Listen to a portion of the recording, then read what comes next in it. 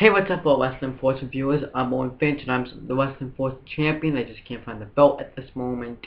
I am going to be giving you my WWE Vengeance 2007 Night of Champions review. And now I know you're saying, because it's part of my Night of Champions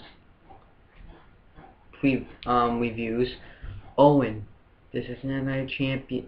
Technically, this is Vengeance, but I looked on WWE.com, and they consider this part of Night of Champions, and I consider it too, because every title was on the line that night. So, let's get right to it. So this pay-per-view wasn't bad. I guess it was easy. I wouldn't want to sit and watch it again, though. But it wasn't bad. So let's get on with the matches. We have Lance Cade and Trevor Murdoch defending the World Tag Team Championships against the Hardys, and the match lasted 11 minutes and 51 seconds. This match was okay. I didn't really have any problems with it. You see, I think the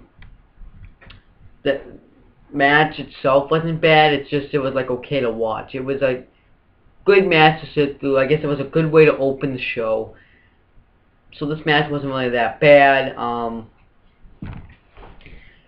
Lance Cade and Trevor Murdoch wouldn't end up retaining because Trevor Murdoch, when Jeff Hardy was going for the Swanton, pulled Jeff Hardy down, and then Lance Cade would end up giving that like sit down, choke slam, walk bottom, power bomb thing, and they would retain the World Tag Team Championship. So there wasn't really anything special about this match. This match was okay. They had great tag team in this match. They were both great tag teams. So that was okay. This match was okay. Next we have King Booker backstage. King Booker pretty much said that he's gonna walk out with the WWE Championship. He pretty much said all his accomplishments last year. And that was really it. Then we have Chavo Guerrero defending the Cruiserweight Championship against Jimmy Wayne Yin. The match was 11 minutes and 15 seconds. This match, I'm going to pretty much say the same thing for the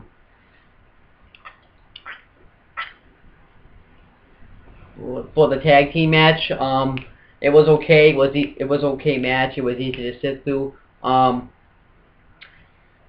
Jimmy Wayne, I think this was kind of when the Cruiserweight Championship was dying. Chavo Guerrero, though, would end up winning the match with the frog splash to the back of Jimmy Wayne Yin, and that was really it. It wasn't really anything special. That's really it. Then we have Bobby Lashley interview. This was around the time where Mr. McMahon's limousine exploded, so they're trying to figure out who made Vince McMahon's limousine explode.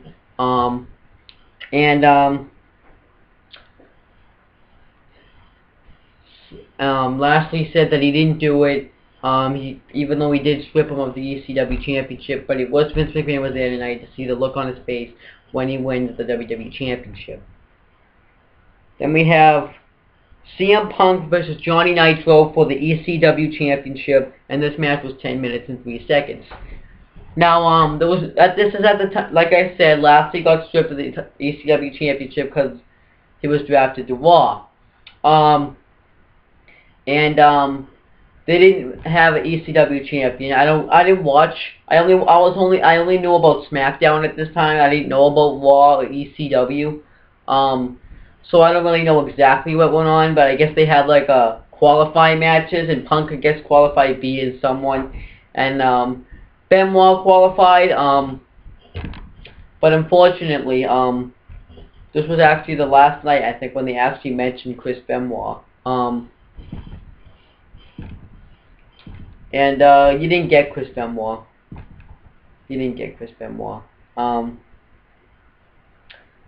Unfortunately, Chris Benoit, I think this was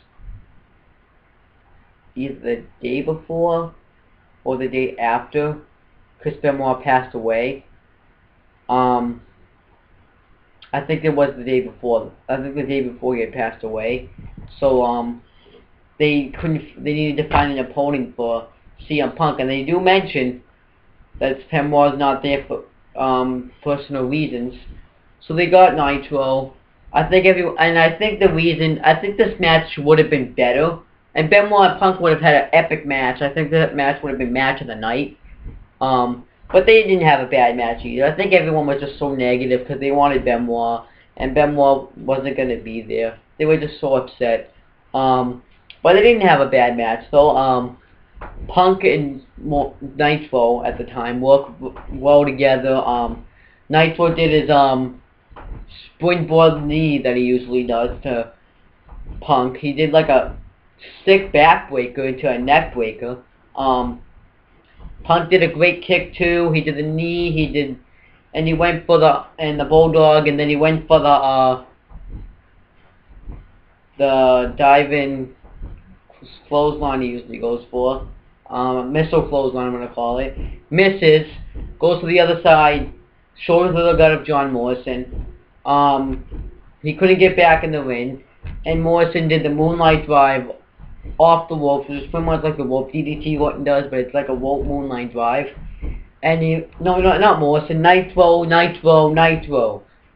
So then a Nitro would become the new ECW champion. It's just kind of sad that Benoit wasn't there. I think everyone, this is probably the last pay-per-view that actually mentions Chris Benoit. And then they were promoting SummerSlam, the Great American Bash, and Benoit was on the cover of that, and it's just kind of a shame. And during the night, by the way, I should mention this, that they're going through the champions, and I saw Eddie's, and I almost cried about Eddie's. We see, I think that Eddie won the WWE Championship. The reason why they showed that because Chavo was in the match. For this match, they showed Taz. So we get on with the next match. This is Mick Foley backstage. He's getting ready for his WWE Championship match with the WWE Championship Challenge match. And then Randy Orton confronts him. He says that,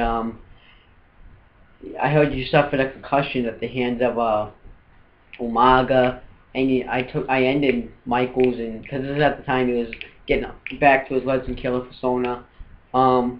He ended Michaels and RVD's careers with a kick to the skull. He might end Foley tonight. And he's like, do you remember what I would do that I would do anything to get what I want? How many thumbtacks? Because he brings up their match from Backlash 2004. How many thumbtacks have you had in your back? How many and he like pretty much mentions all the hardcore stuff he did, and Morton's like, do you remember who won that match?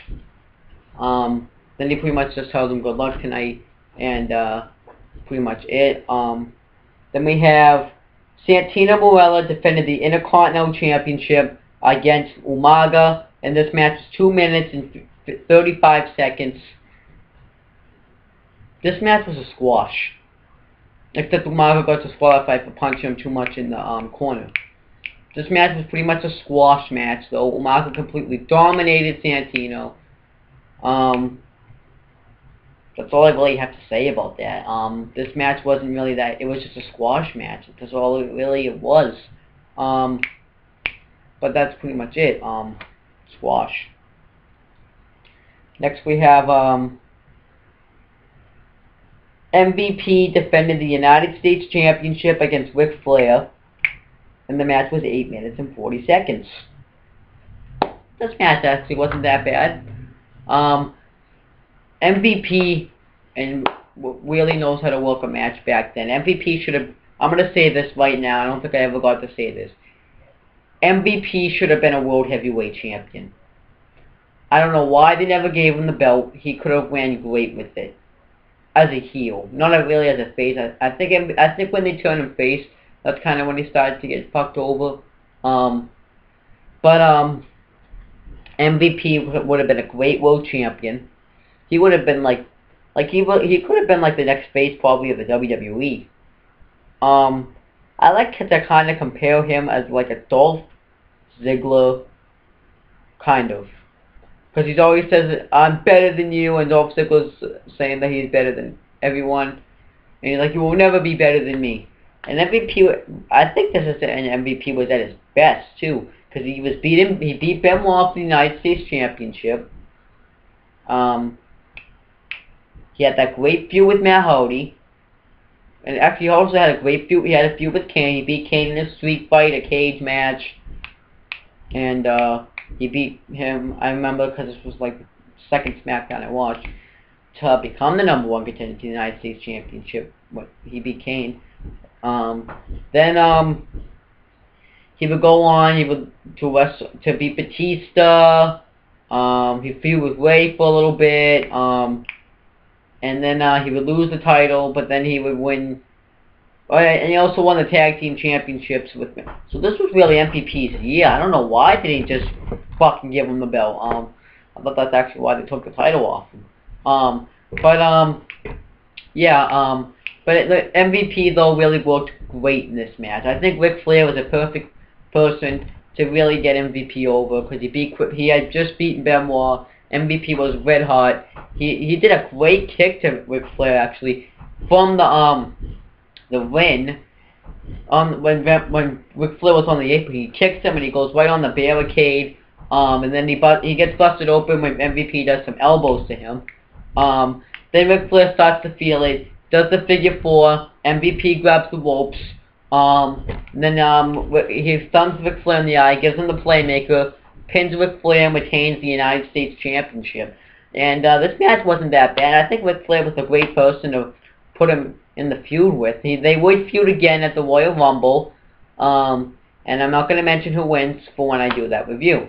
But yeah, good. It wasn't a bad match. And they do mention another United States Championship winner. I can't think of his name off the top of my head, but I think it will come to me at some point in time.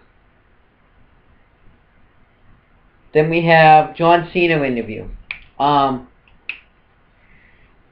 Cena, he was being interviewed by Todd Grisham. He goes to ask him about his match tonight. Edge says, "John, you have to defend the WWE Championship in a 5-pack challenge. Technically, well, championship challenge anyways. I only have to defend it against one. Batista, and I beat him twice.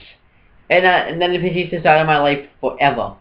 And then Cena's like, and then Edge thinks that Cena blew up Mr. McMahon's jet. No, not jet, limousine. And he's like, maybe you did it because we were making jokes about it. And then Cena tells him that he wasn't watching the show because I said the show must go on. And I was watching SmackDown, and I see what you usually do, kiss ass. Then Edge says that maybe like I did do it because I am the ultimate opportunist. So he just pretty much kind of admits that he did it. Then he says you have someone to talk to, and it's the person that's trying to find out who did it to McMahon, and Edge is probably like, oh shit. So yeah, that was pretty much it right there.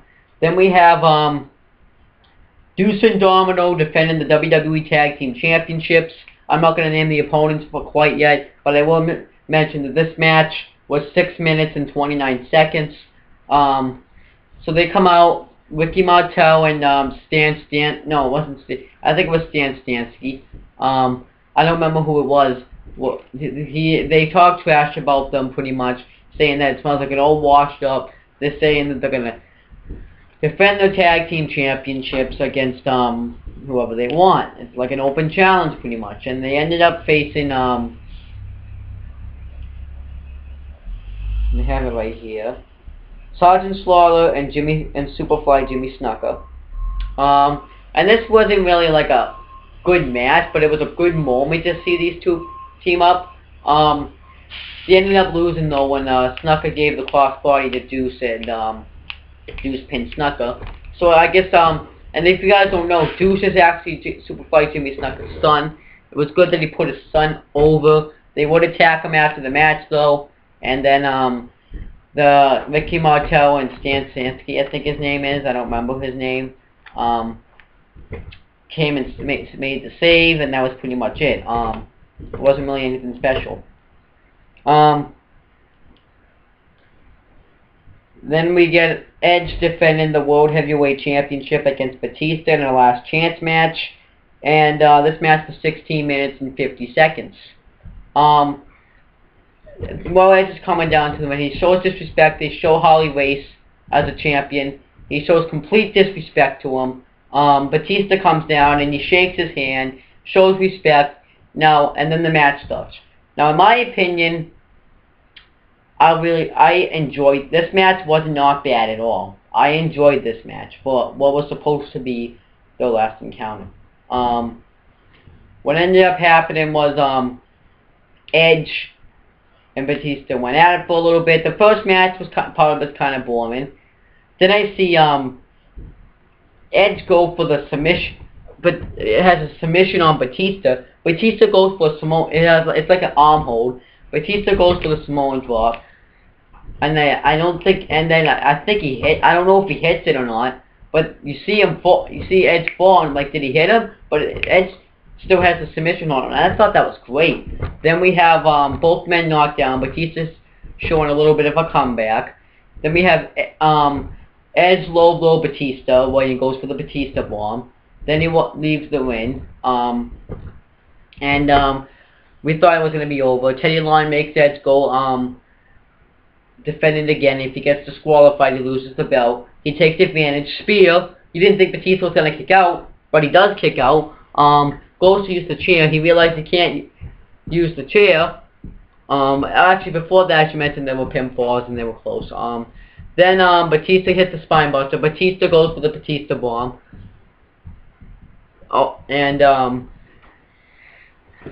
Edge counters, clothesline over the top rope. Batista gets thrown into the steps. Edge goes to do, like, I think a spear. Batista counters, Batista bomb. Then he gets it when he gets Edge back in the win. But when he gets it back in the win, the count was 9. Batista goes to get back in the win. The count is 10. Batista gets counted out. So he gets no more chances. And he's screaming, "That was my last chance! Are you serious?" Then we get Edge another Batista bomb. His music hits and he's frustrated. So good match. I actually enjoyed that match. They work pretty good together, but not the best together. But they work pretty well, and I think the storytelling really told, because you thought Batista was obviously going to win that match. Technically he did win, but yeah. And then we have, it shows Fabulous Moolah as the women's champion. Then we have Melina, how she wins it. Then we have Melina defending the women's championship against Candice Michelle, and this match is 4 minutes and 21 seconds. You know, normally I don't like Divas matches, but I gotta give. But this is in 2007, and they actually wrestled. They actually wrestled. That's all I ever asked for in Divas. They did head scissors, Melina, and then like Candice did a head scissors in the ropes. And Melina counted, and she went on the and Candice went on the floor. Melina did a head scissors while she was like outside the ring.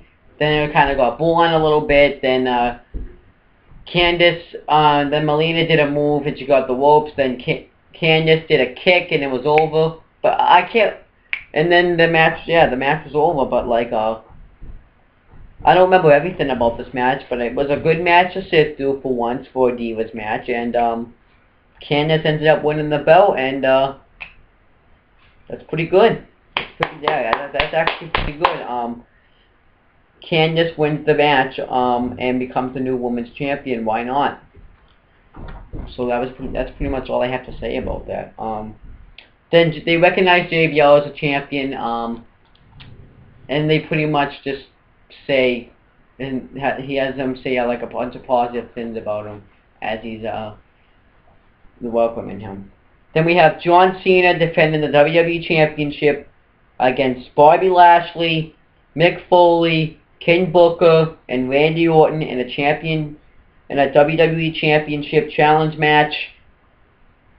And the match was 10 minutes and 8 seconds.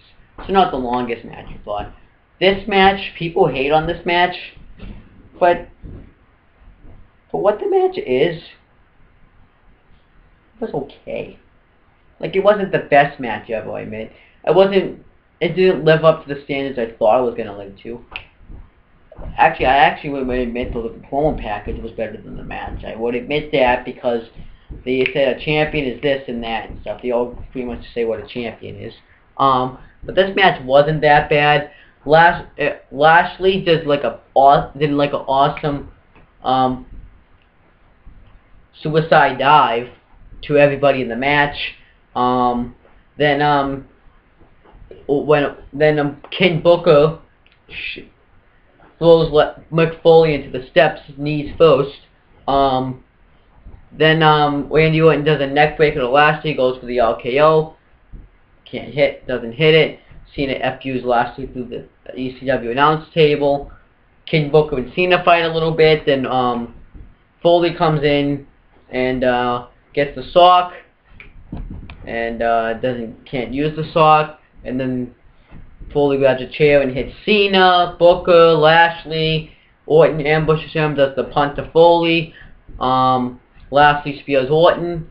King Booker kicks Lashley. Foley does something to King Booker. John Cena FUs Mick Foley. 1, 2, 3. The match was over. So that match was okay. Not a lot to talk. Not really a lot in that match. I don't know why there wasn't really a lot, but yeah, I think that wasn't really maybe a match worth the main event. But for the overall, the pay-per-view, oh crap, I deleted it. I'm gonna give this pay-per-view probably a B+. Actually, not B+. Actually, just a B.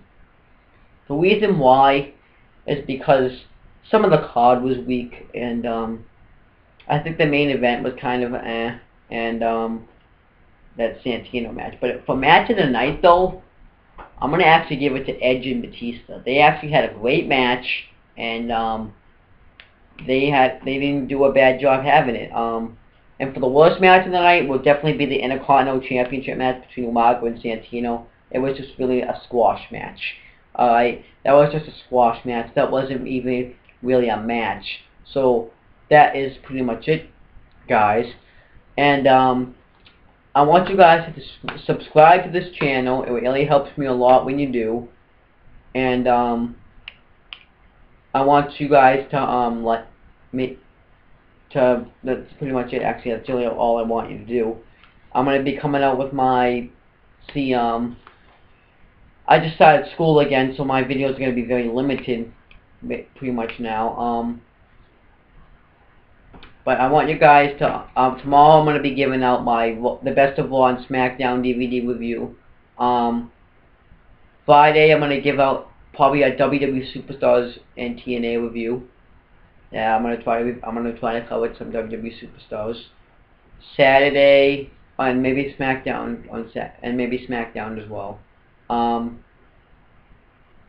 Saturday will be that show they're gonna put on this CW. I don't know exactly what it's called.